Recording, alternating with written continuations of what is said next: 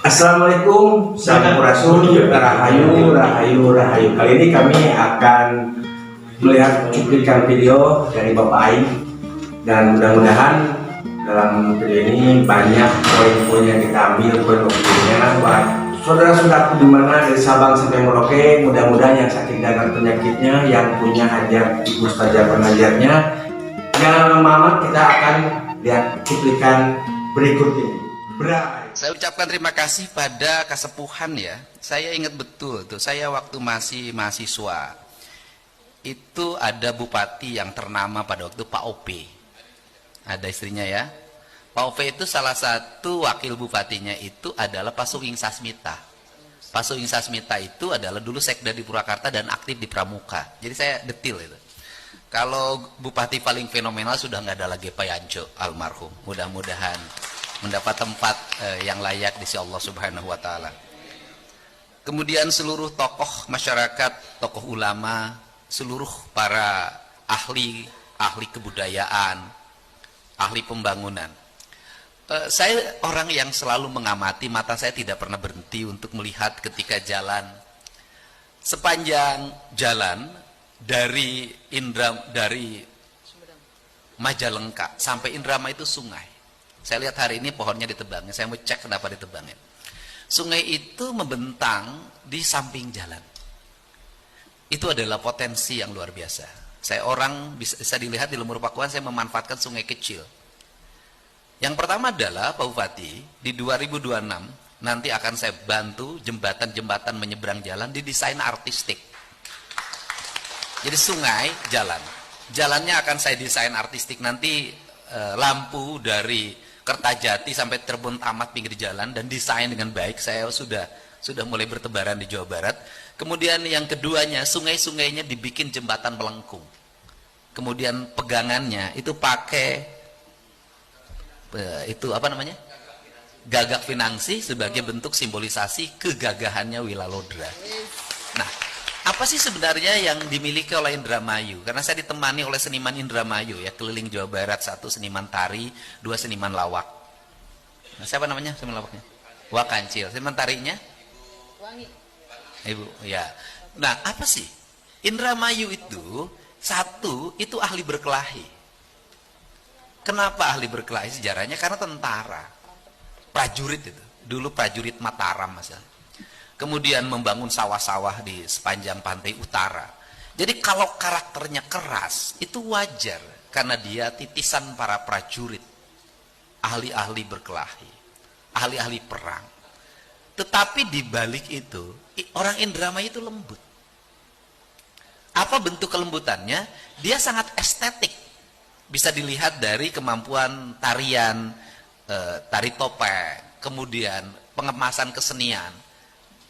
Dua hal ini sering dilupakan oleh para pemimpin untuk tidak diadaptifkan. Kenapa? Kegagalan para pemimpin kekinian itu kan tidak mau membuat narasi masa lalu itu sebagai narasi masa kini. Kita nggak mungkin balik ke abad kerajaan. Kita nggak mungkin balik ke abad masa dulu. Tetapi simbolisasi pembangunan zaman dulu yang melahirkan artefak, dan Pak Prabowo sudah mengembalikan 30.000 artefak Indonesia, itu harus dihadirkan dalam masa kini. Kita tidak mesti memiliki ketakutan bahwa ketika membangun simbol-simbol peradaban yang itu bercerita masa lalu bahwa kita akan kehilangan masa depan. Kenapa?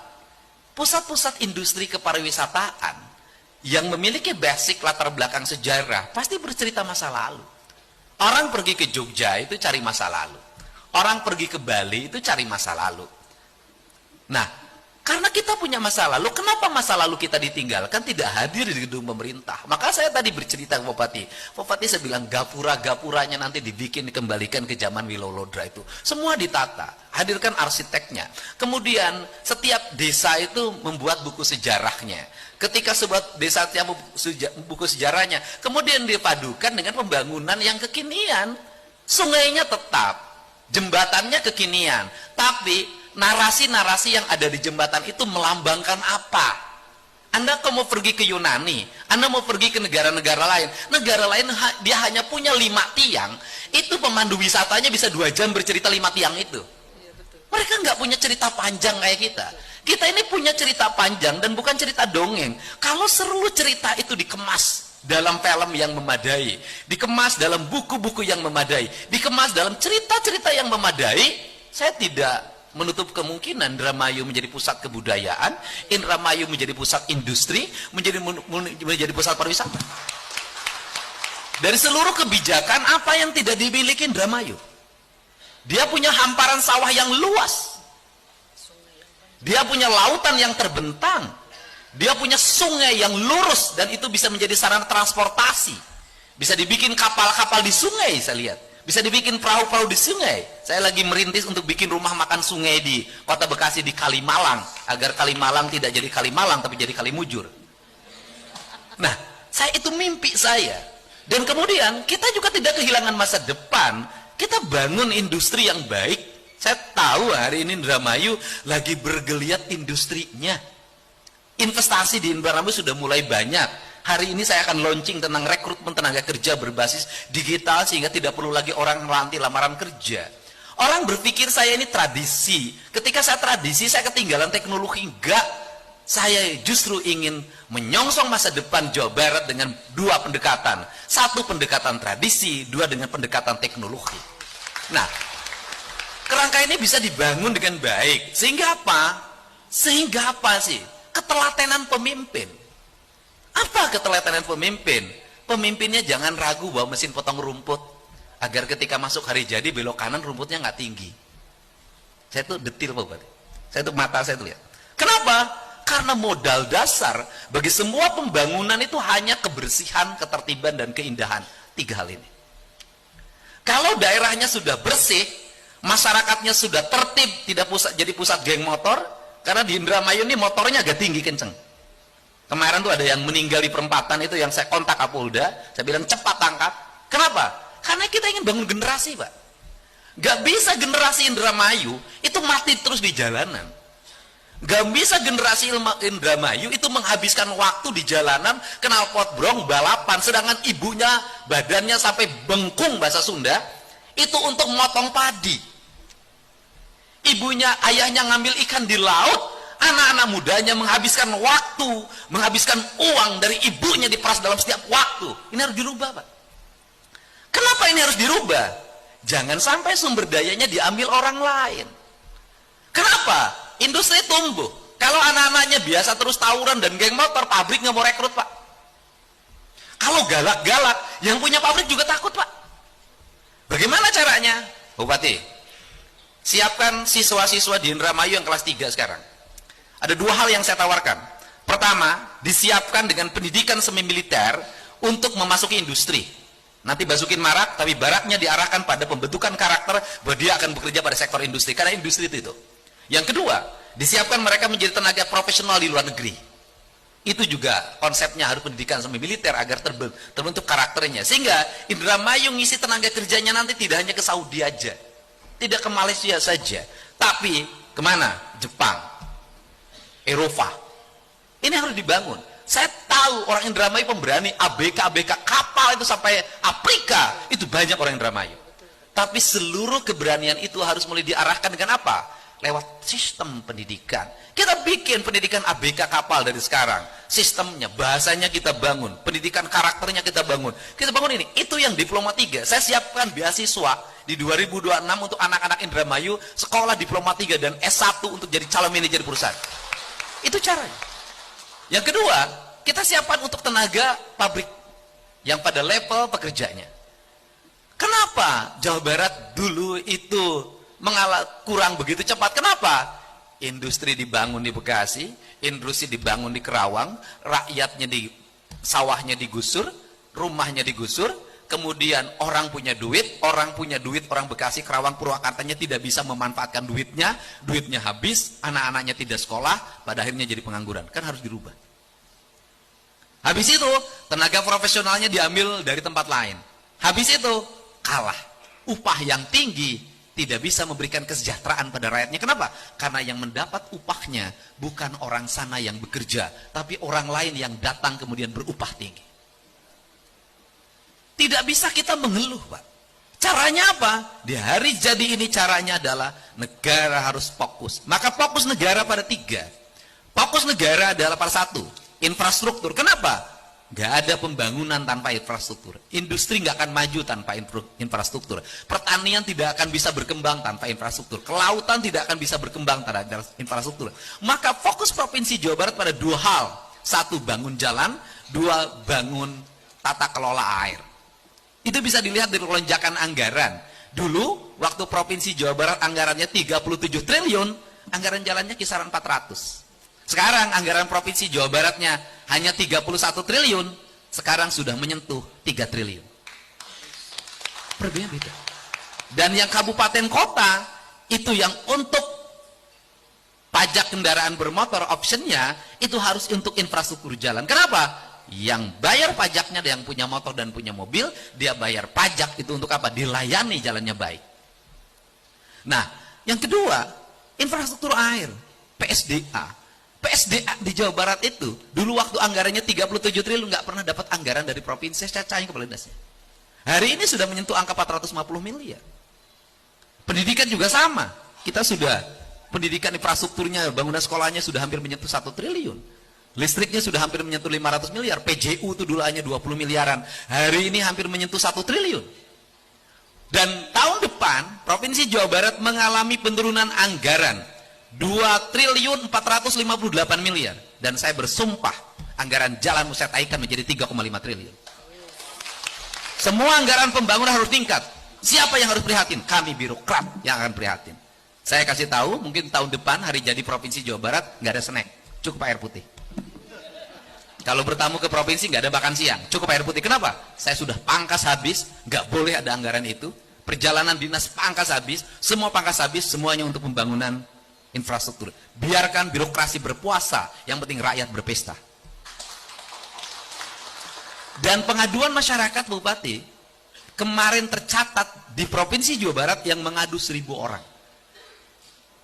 Apa yang mereka masalahkan? 1, kehilangan kontak terhadap anaknya yang di luar negeri jadi TKI. 2, kayak tadi yang di Desa Sukrai tadi.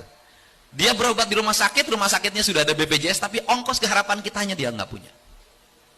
Yang ketiga, anaknya di rumah sakit tidak bisa diklaim seperti yang terjadi di Bogor, itu 11 juta. Saya ingat betul itu. Yang keempat adalah masalah pendidikan. Biasanya mereka terkendala tentang ongkos ke sekolah, terkendala dengan biaya beli baju dan sejenisnya. Yang berikutnya adalah masalah hukum. Mereka berhadapan dengan gugatan, berhadapan dengan pelaporan atau melaporkan, dan kita sudah siapin 200 pengacara untuk mendampingi.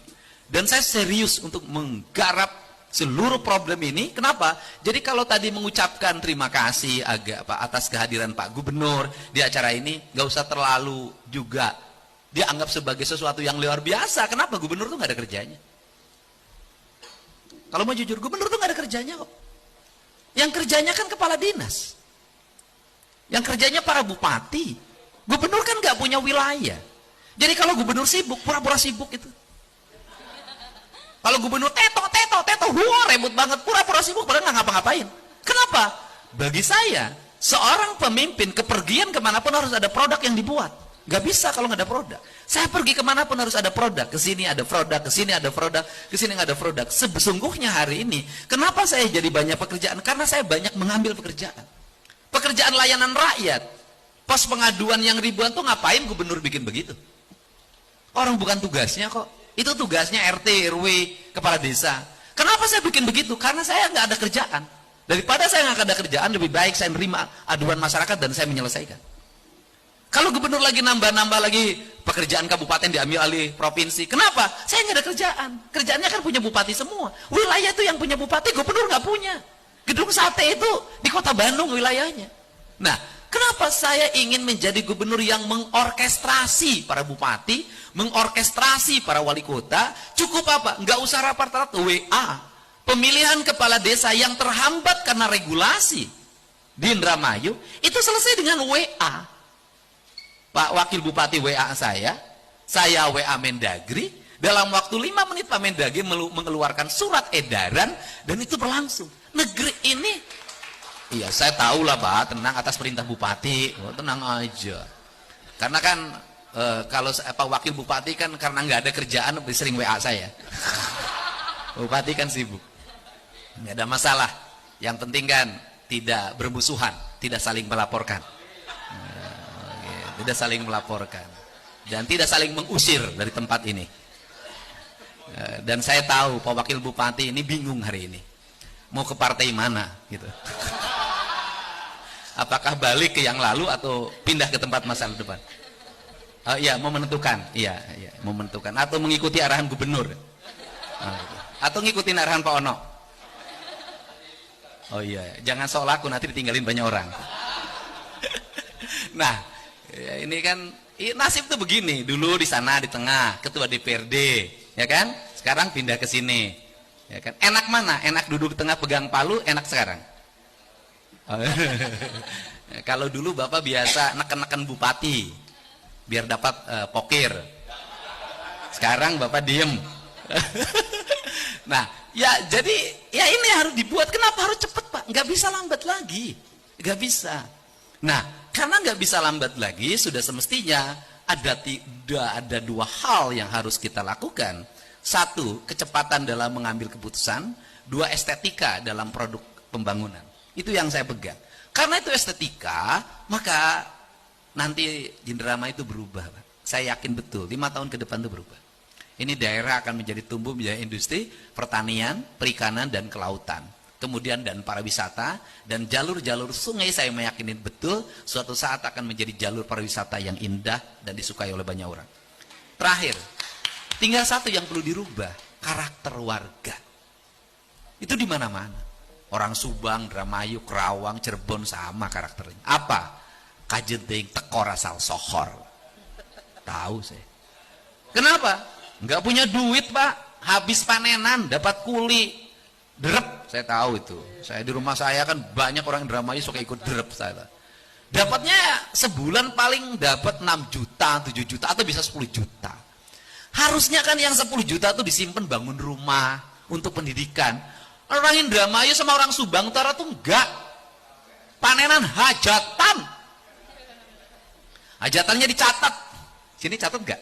Ya, Pak. Mencatat. Ya, dicatat, Pak. Dedi Mulyadi gubernur 2,5 juta. Standar saya kan undangan segitu, Pak. Bapak mau kawin. Nah,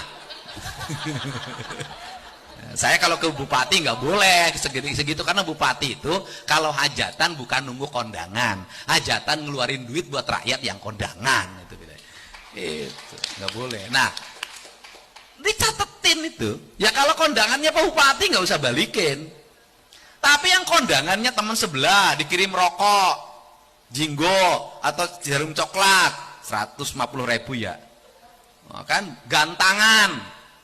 Waktu hajatan itu duitnya banyak, modal lo, odong-odong, sandiwara, singedek, terus ya odong-odong yang itu, yang Indramayu kan manuk, apa namanya? Nah itu, pokoknya itu aja. Nah, kan saya sering kondangan haur geulis soalnya. Nah itu kan hiburan rame, kan? Waktu itu impas. Antara duit masuk, beras yang dapat 5 ton, dengan hiburannya itu plus. Ya, kadang masih minus, Pak. Ya kan? Antara modal dengan duit masuk itu plus. Aman, waktu kawinan tuh aman. Waktu sunatan, dan Subang, Indramayu tuh, jangankan punya anak, nggak punya anak tetap hajat.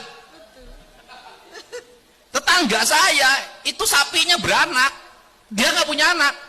Hajatan wayang golek, hajat naon anak sapi aing anakan. Nah, pusingnya kapan? Pusingnya beres hajat itu nanti pas orang lain hajatan, mau kondangan lagi tuh, Pak. Kan ini kebudayaan, Pak, tapi kan harus segera dibenahi. Nggak bisa karena melahirkan kemiskinan. Hajatan nanti hasil drop itu habis untuk bayar utang. Kalau nggak dibayar saya tahu ditagih. Oh, itu Pak Musbida, Forkopimda ditagih, Pak. Kamu itu balikin tuh beras saya 2 gantang. Dulu waktu saya kamu hajat saya kondangan, kamu kenapa nggak balikin? Kamu dulu saya kondangan tuh, rokok Samsu 300.000. Kan lo balikin. Itu pusing. Nah, dapat duitnya itu dari mana lagi untuk nutupin itu? Pinjem Bang Emok. Yang hajatnya Bang Emok juga, Bang Keliling. Jadi sesungguhnya siklus kemiskinan yang timbul di wilayah pantai utara itu adalah lahir dari tradisi yang harus segera dibenahi. Kenapa? Akhirnya anaknya nggak sekolah. Akhirnya apa? Utangnya di mana-mana. Akibat hutang, akhirnya pergi ke Saudi. Saya tahu Pak yang begitu. Waktu di Saudi bagaimana? Ingin bayar hutang bekas hajat dan ingin bangun rumah. Kirimin ke suaminya. Suaminya kawin lagi. Tahu saya kebudayaan ini Pak. Suaminya kawin lagi, balik dari Saudi rumahnya kagak ada, suaminya punya istri, pergi lagi. Nah ini kan siklusnya harus dipotong. Dengan apa? Menurut saya sih nanti harus ada regulasinya juga. Kepala desa kalau ngasih rekes buat hajatan, menurut saya harus ditanya, kamu hajat duitnya dari mana? Karena itu seleksi loh. Rekes itu izin tuh seleksi. Duitnya dari mana? Untuk apa? Mendingan kalau yang dikawininnya itu awet. Azan. Ya sudah, terima kasih. Assalamualaikum warahmatullahi wabarakatuh. Sampurasun.